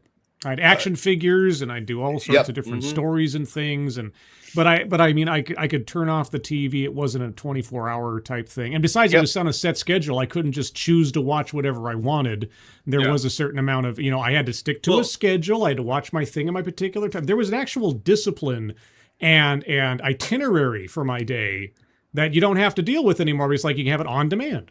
So. Yeah. And parents are using that as a babysitting tool. It's not like, at 4 o'clock, G.I. Joe and He-Man are back to back, so I get to watch them then. No, I can watch the entire series back to back, and mom's going to be in the other room doing whatever, and I'm going to be left here. And you don't have it. They don't really play with toys anymore. Have you seen the sales on actual toys? They're terrible. Well, I have a problem with toys right now because like the most popular toys tend to be gambling inducers. Yeah, well, that's another problem too, is the monetization of I would be risk for children. If I was a kid and like I want a Spider-Man toy and they're like, well, you might get the Spider-Man toy you want if you buy this egg, I'd be like, you're a dick. A lot of that is on the parents though, because they're the ones buying that trash. Yep. That's true. And I mean, from a collector standpoint, I have a lot of the collectible stuff, and I don't mind it for the collectibles, just to be clear, because there are some things that are collectible. But if I'm getting the toy that I want to play with, but that's what I was getting at. From a kid's perspective, you're gambling with your allowance money, and you don't know if you're going to get that object. And they should have toys for kids. If the collectors want to do that shit, go to a hobby store, you loser. Did Supergirl even put merch on the shelf? Probably, but it's not selling. No. I think KFC got the rights to the children's stuff for that, so that you could get your little kids lunch there. And it's funny you say that. I had KFC for lunch today, which I almost never do, but I thought America, and the box that it came in and the drink had the Supergirl logo on. I was like, oh, what have I done? Yep. You open it up and it smelled like drunk whore. Oh, man. Delicious. Thank you, Okie Native. If all you guys were getting from the goth chicks was a handful of titty from their terrible poetry, you're definitely doing it wrong. The key was actually pay attention, say some platitudes, and be able to repeat it back. Boom, butt stuff instantly. Yeah, that's he's not wrong. Who is this? Okie. Okie, I was a dad at 17. If you think all I was getting was titty, you don't know how the body works. Well, I mean, he's talking specifically about goth chicks because they were way more open to the back door than any other community. But we're a family show, so we weren't saying that. Oh, we are? Oh. Family. When did that happen? Sorry, my bad. I was trying to make guns as a kid out of fireworks, and any tube I could find still have a scar from a shotgun shell primer cap I tried to take apart. Whoa! Were you a hillbilly or something? Holy cats! Oh man, I almost blew out my eye one time. So I could believe it. You know, you could say some body part was at risk of being detached from my body and I would believe you, whatever it is. Yeah. Well, yeah. In this case, we moved into a house we were renting, and they had another house that they had been building, but they stopped halfway through and just turned it into a 2-story garage. Okay. And they kept their stuff, most of their stuff in there, but they had a spot we could use for the garage. And so one day I'm going through their stuff, and I find a whole bunch of bullet shells for a shotgun that had gunpowder in them. Oh. And then I went and found a lighter. Oh. And then I got all the dad's sprays that were in the garage that were flammable. Oh. Boy, it is like ratcheting up level by level. Let's see and then I took a can of gasoline and poured it all over myself. No, I knew not to use gasoline. You started off saying I almost lost an eye, and you're escalating to you probably lost almost a hand at the same time. I'm lighting this shit off, and I don't know how hot I got the shells, but one of the shells exploded. Yeah, no kidding. Yeah, and then a piece hit my eye, and there was no fucking way I was telling my mom what happened to my eye. Wow. And before anybody says anything, that's not why I'm blind now. It was my right eye, and that's the good one. Ish. Oh, okay. Yeah. It's all there. Yeah. I just feel like kids don't get to be kids anymore. We did a lot of stupid shit as kids, and a couple of us fell along the wayside because they, ate plastic or something, but casualties of war. Most of us lived. Yes. By an overwhelming majority. This kid I knew in Boy Scouts, he melted some plastic in a campfire and then tried to pick it up, and it stuck to the back of his hand because he's dumb. And he's got a permanent scar on the back of his hand that looks like silly putty. Yeah, you live, you learn. Yeah, and he learned real fast that he's stupid. Jay Blizza, thank you so much. Wow. Slow response. I'm sleepy. The Last Samurai is based on Satsuma's rebellion, no American, and lots of firearms and trench warfare. I recommend Hanjiro, made a 2010, if curious about the era 1860s to 70s. Thank you for that. I'm not a samurai guy. I've never been one. For me, they're like pirates. I get why they're cool, but they're not for me. We just watched Shogun, the TV series, the recent TV series on Hulu, and it was excellent. It was great. If you haven't seen it, I recommend it. It's a really good show. Devil Fruit, thank you so much. Hey, Monkey, America, fuck yeah, damn right. Yeah, America. Just saying, no, I appreciate you giving us the heads up on the movie for people who are interested in it. Mm-hmm. And it had come up as a thing. I wasn't judging you. I got a philosophical America question for the two of you. All right. I kind of brought this kind of came up in my stream earlier today. If you could just hand wave into existence a amendment to the Constitution, what would you impose or change? Or you could either change a current amendment, obviously, or put a brand new one in place. What would you do? I would revert. I don't remember which amendment it is. I would go back to the old way of electing senators, where the state houses did it instead of by popular vote. Okay. Why? Because I think it gives us more of an accurate reflection of what the state actually embodies. Where a popular election can be swayed any different kind of way. But when the people who get elected in that state, from the various different parts of it, have to get together and pick one guy or two in the case of senators to go represent the state, I think you're getting actual representation of the state more than you are with more of a continuity of purpose. Yes. Yeah. Okay. I think the founders had that right. Okay, Jack. Repeal the 17th. That's a good one too. Sorry, Jack. I didn't mean to interrupt.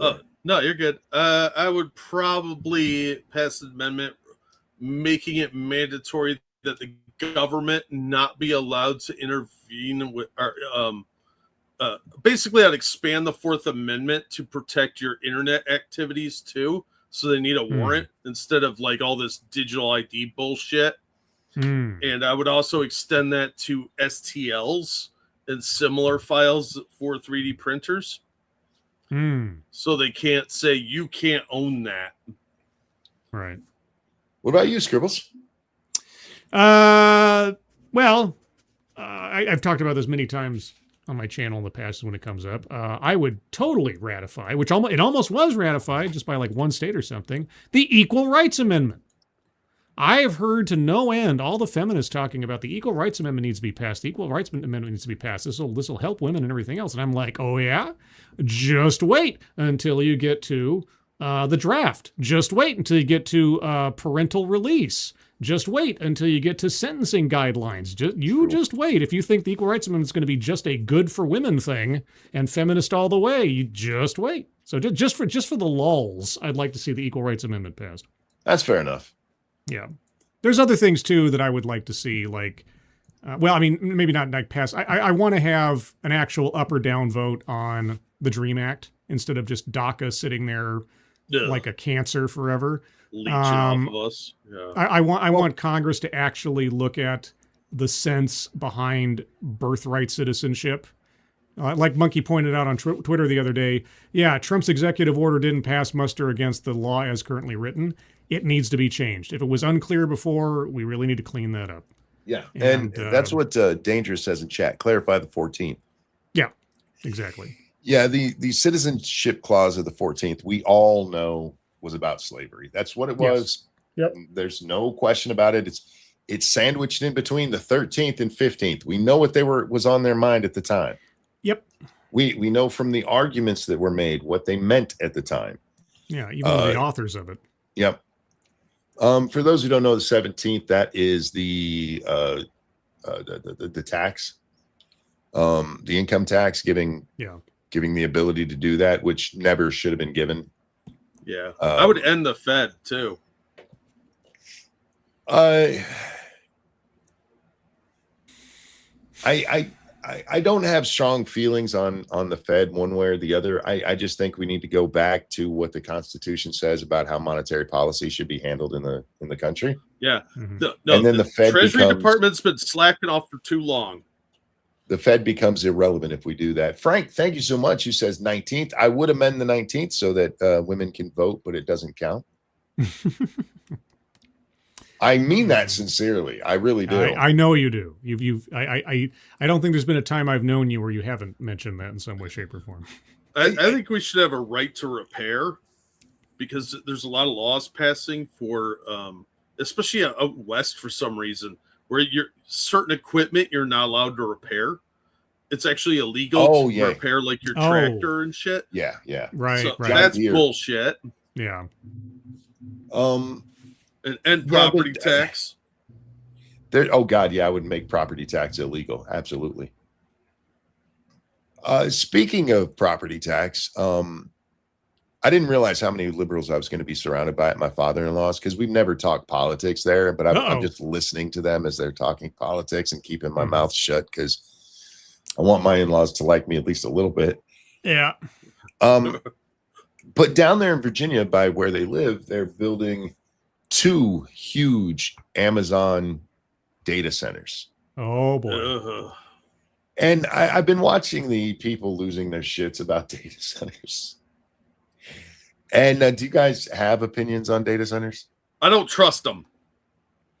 That's all I got. They're massive money pits that are going to turn into ghost towns when the bubble inevitably bursts. Nuts, sweetie. How you doing? I'm using your Stargazer. I used your graphic for the thumbnail, and I have it on the screen right now, sweetie. Yay! I hope she probably showed up to give me a cease and desist. Nuts, thank you so much. It for becoming a member for month number 34. Thank you. Woo. Been lurking, having keyboard trouble. I hope everyone had a great 4th. Back at you, sweetheart. It's always good to see you. Absolutely.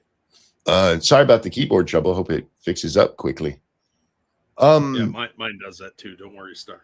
You don't need that exclamation key. I'm watching all this stuff about the data centers, and I like Penguin Zero's really against them, like the fucking data centers. Mm-hmm. I can't get that moved about them. If they were going to open one up in my town, I'd be like, okay. I don't understand what the problem is. The problem I have with some of them is that they're being used for flock cameras, which is mass surveillance, which I don't like. So, well, the data centers. So part of the problem is the data centers use so much power that the power companies are having to raise prices, or are, whether they have to, they are raising prices in those areas. So the surrounding residential people, their prices go through the roof. The amount of water they have to use to cool all that stuff ends up becoming wastewater, which turns into a whole bunch of other kind of problems for the environment. And it just takes up a lot of land, and it's going to turn into a lot. Like I say, a lot of these projects that they're building haven't even made money yet. They're all being built on spec. And the way that the AI bubble is going to burst inevitably, it's going to be a lot of waste. They keep talking about putting data centers in space to try to solve the problem, which violates all sorts of laws of thermodynamics, and they keep talking about it like it's actually going to happen. So I think it's ultimately going to be a boondoggle by the end of it all. You mentioned the water, and that's the one where I don't know, honestly, because I'm watching commercials down there from data centers, and they were talking about how little water they use. I don't know. But it's not like the water becomes unusable and can't go back into if you're using water, all you're doing is using it to cool. So there shouldn't be anything you have to like be adding to it or anything. Somebody just lit off a gigantic firework, and I just thought like a transformer blew or something. I'm like, Jesus. Yeah, maybe a really fat guy fell down. Maybe so. Yeah. Maybe so. You don't know. Anyway, I'm very ambivalent on it. I can't get moved by it. But one of the things I did see repeatedly is my father-in-law is really excited at the notion that because of the structure of the deal with the city and everything, there's a good chance that they're going to be property tax free if everything works out right. But literally everybody else I heard talk about it like, that's never going to happen. Mm-hmm. And I was just like, you do know there's places that don't have property tax, right? There are places like that. Not many. Not enough. Yeah. And if you can find ways to get rid of property tax, I'm for it, even if it means that, the water level's going down a little bit. I got a well. I don't give a fuck. I got a deep water well. Fuck y'all. Is that the wrong? I feel like that's not the opinion I'm supposed to have.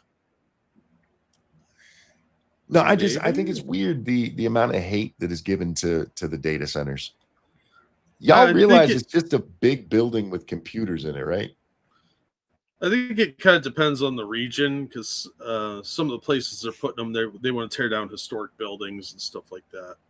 Well, the other problem with it is not necessarily data centers themselves, but the effect that it's having on the consumer computing market. Just the price of The graphics cards going through the roof and memory sticks and everything else. It's RAM right now that's really bad. DRAM Yes, is RAM is through the terrible. fucking Yeah. roof. And Yep. was it Samsung? Somebody just came out and announced that they're going to raise prices. Yep.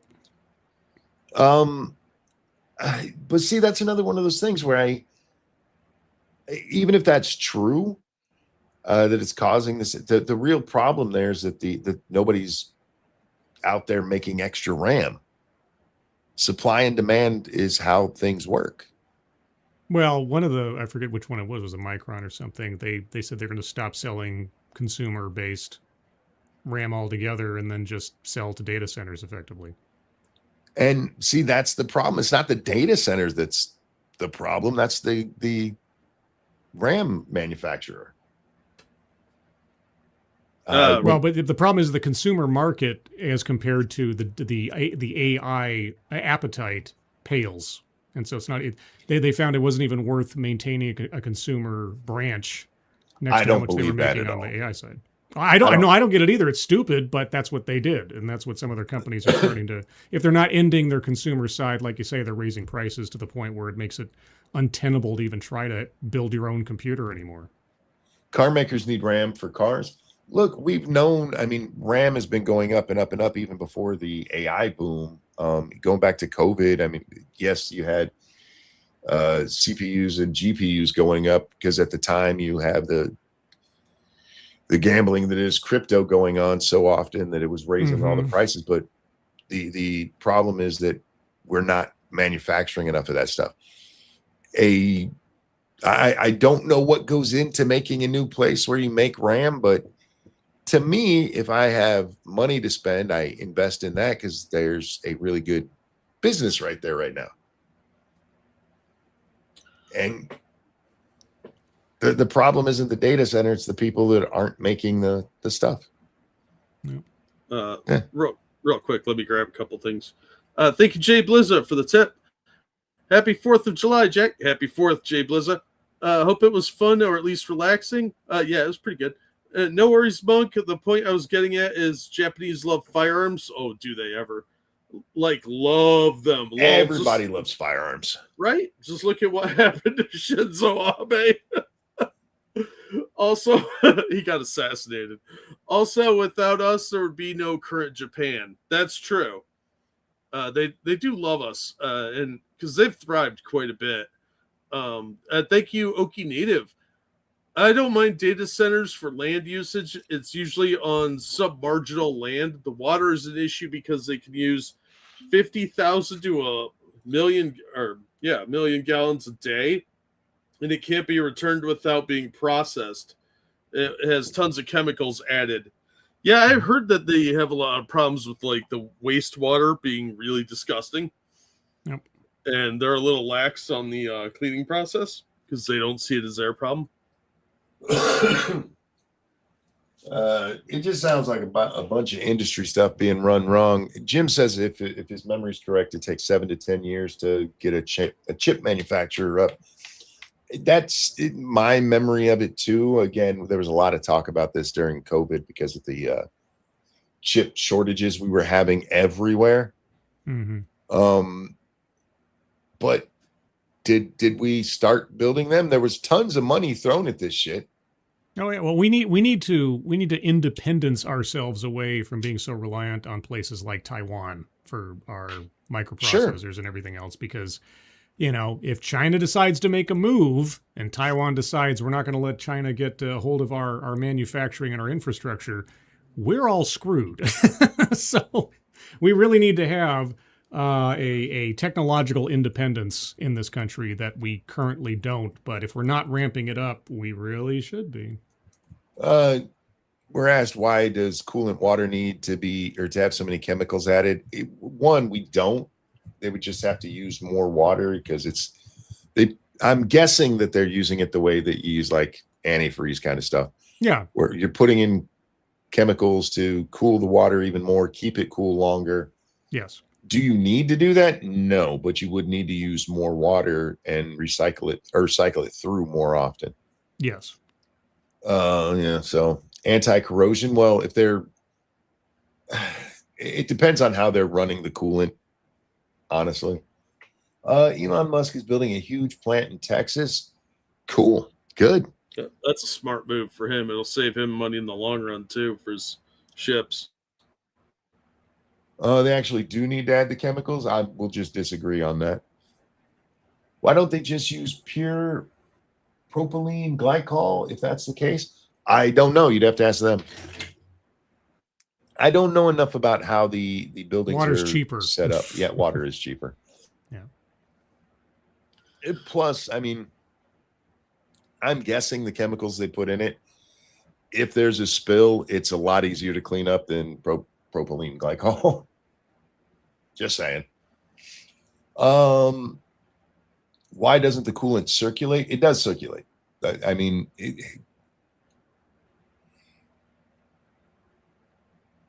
I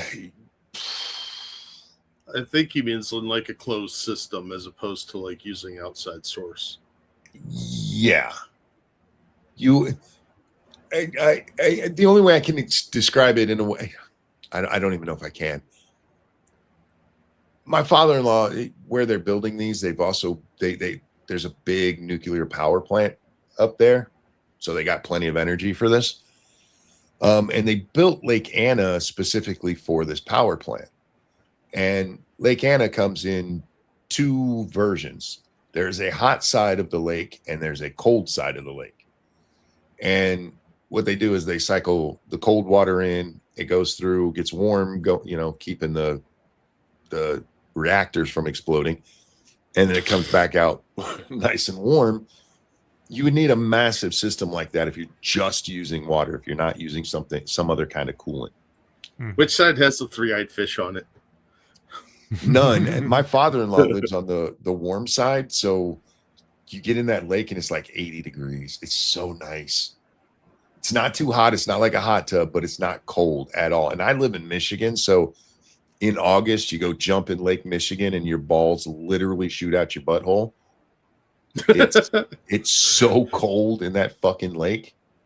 That's and it's definitely something you want to see a doctor about. Yeah, it's not just Lake Michigan. All of the lakes up here are fucking cold all year long. And I know there's going to be some Michigander like, actually, in September, it's pretty warm. You're a fucking retard. Stop thinking 68-degree weather or water's warm.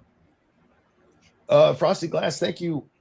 Don't cool the data centers. Just put them in France. Fair enough. No. The data centers are mostly using closed circuit cycling water or straight water cooling, just like your water cooled PCs. That's what I would expect them to use. I think that sounds very homophobic to the gay water. The gay water is used elsewhere. That's used in nuclear weaponry because it's hard water, if you know what I'm saying. I bet on deck, just in case. I didn't mean to go into it blows my mind how many people are like almost religiously against these things. Like Charlie's like religiously against them. Well, Charlie gets a lot of his opinions from Reddit, so he is so mad about the Pokemon thing. Yeah, he is. There's Pokemon. Do I even want to know? No, you don't. Trust me. There's a speculative market in Pokemon right now, and there's a whole bunch of shit. Yeah. Oh yeah, these are like getting guys. Worse and worse. They go to machines and buy everything out, and then because they have these like vending machines where you can buy Pokemon, they're buying them out and reselling them. It's a whole subculture of speculators that used to be in the comic and sports card industries and have now drifted to Pokemon. And they're the get-rich-quick white trash retards that are doing it. Oh, are they trying to like grade their cards like that? That kind. Oh, okay.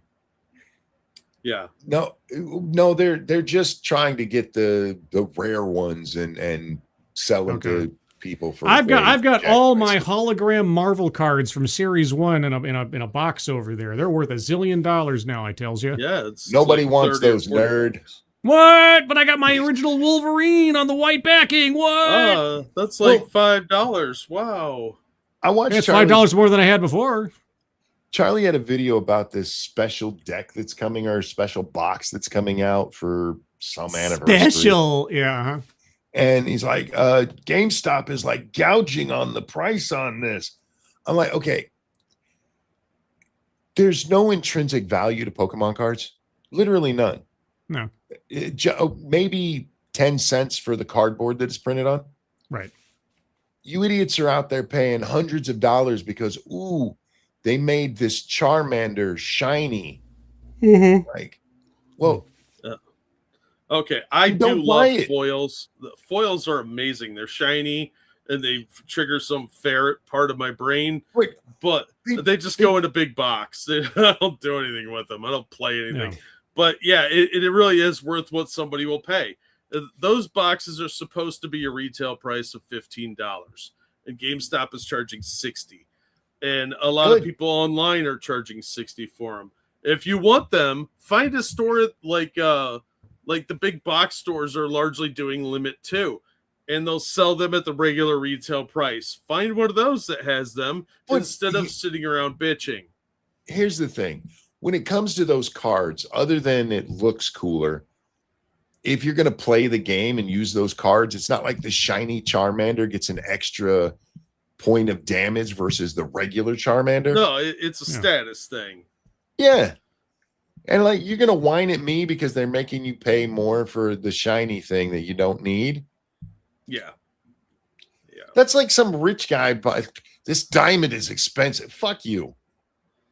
You don't need that. If you want it and you have the money for it, go spend your fucking money. Good on you, but don't whine at me about it. I don't care.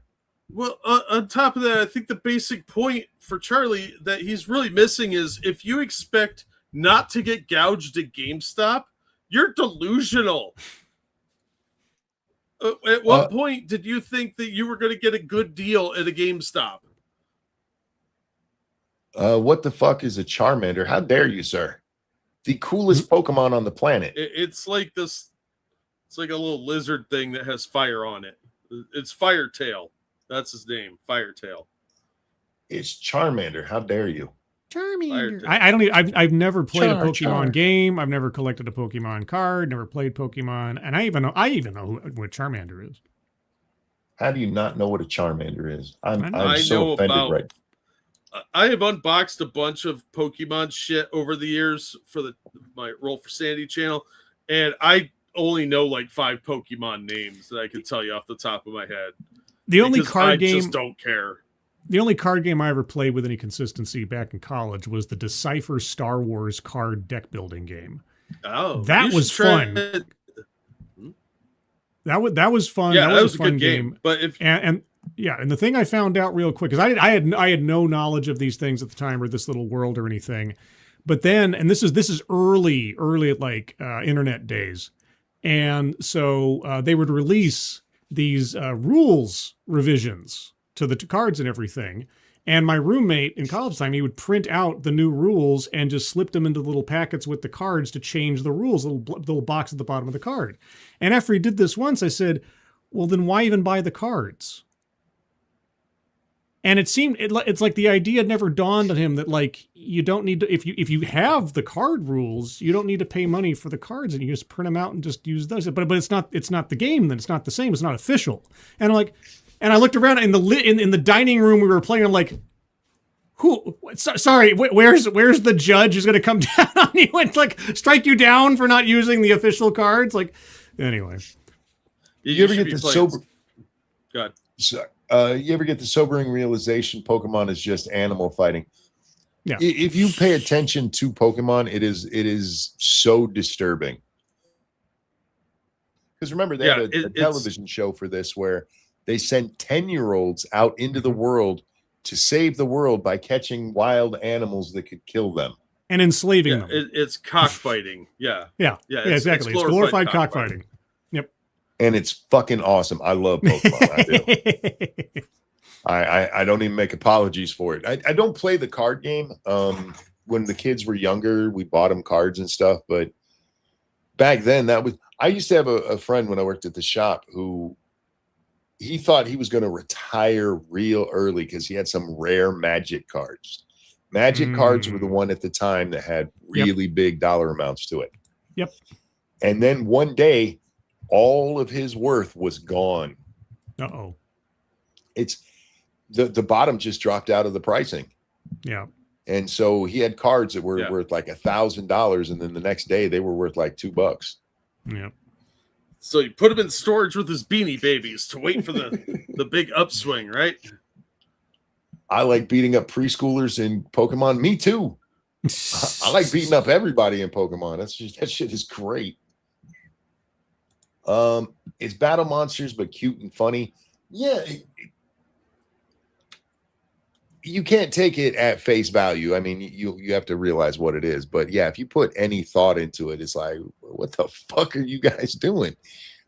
Why at 10 years old do you send these kids out into the world like this? Well, they got to learn about the glories of slavery early. That's true. Cast One, thank you. Currently working on a podcast about American history. To be American is to inherit a legacy.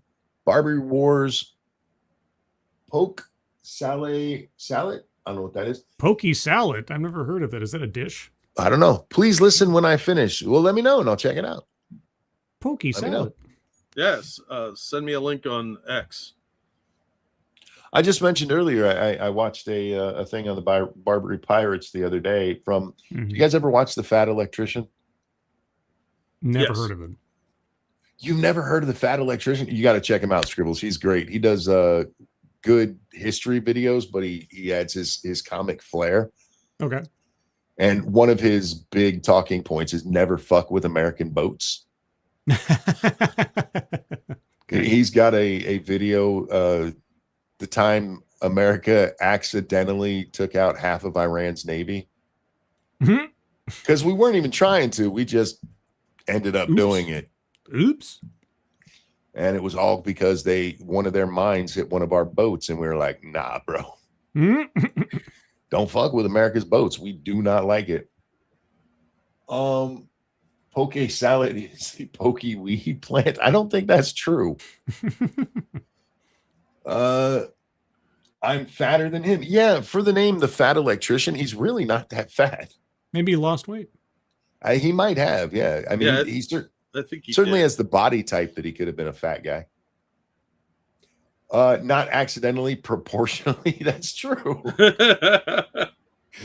He says proportionally in that video like 100 times, but with air quotes. Yeah, don't fuck with America. Our idea of proportionate is not your idea of proportionate, I promise. Well, I think they meant by tonnage. So all those little shitty boats together equal like that little bit of metal that they damaged. First of all, the ship that hit that did take a lot of damage, but it didn't even sink, and we were able to get it back to sea where it stayed in active duty until like 2020, something like that.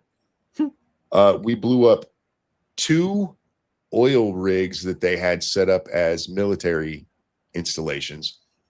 We blew up 2 of their 2 really good brand new warships, because the Iran Navy isn't much. It's mostly dinghies, but they did have 2 really nice warships, and we just fucked them up. And I think 1 of their little boats, but their little boat was coming at us, and we told them, you need to stop. And they said, okay. And they kept coming, and fucked around and found out. There was a little splash in the water, and they were never seen again. Yep. Fuck them. That's like Trump brought that up in his speech today about how we just decimated the Iranian Navy recently. Oh, yeah. Yep. There's no Navy that can stand against us. The Chinese are working on it, but they can't at the moment. Yeah. I just love when a little country like Iran is like, we're gonna take you on. Like, all right. I mean, yeah. They talk a lot of shit like a chicken hawk, you know. Yeah.